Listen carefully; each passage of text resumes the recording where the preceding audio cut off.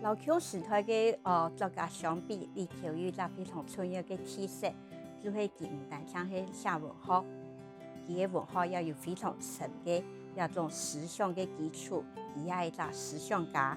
那我知道非常重要嘅，佢係一個行動家，他是會以行動去介入社會的這樣的一個作家。老李喬老師所寫嘅時節，佢兩詩人係你學生嘅。所寫嘅時節係因為嗰兩詩人自家本身客家意識嘅覺醒，開始參與了呢個客家運動。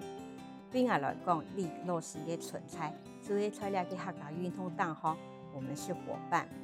我有佢所寫嘅超過30年，也是老佢鄉下工作過，特別係佢參與呢個客家天師，呢個漢語節目嘅，有佢一個製作。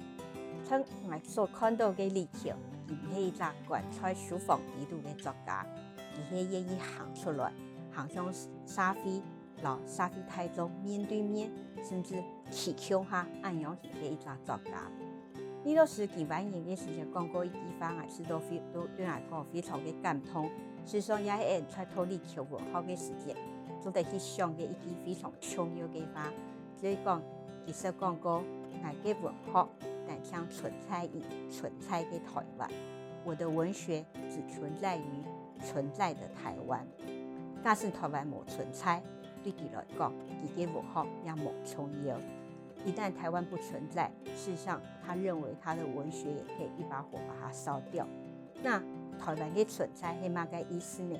事實上，佢回歸到對土地嘅認同，還有對土地嘅一種回饋。重點是土地。台灣當中有非常多冇相同嘅時代，有很多嘅人來來去去，有很多冇相同嘅人群。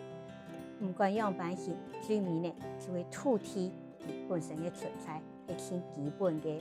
土地做得成養生命，生命加有阿妹，安樣佢嘅一個過程，安樣佢嘅肉身誕生下來。土地母親生命是合而為一的。在李喬老師佢嘅文學觀底外。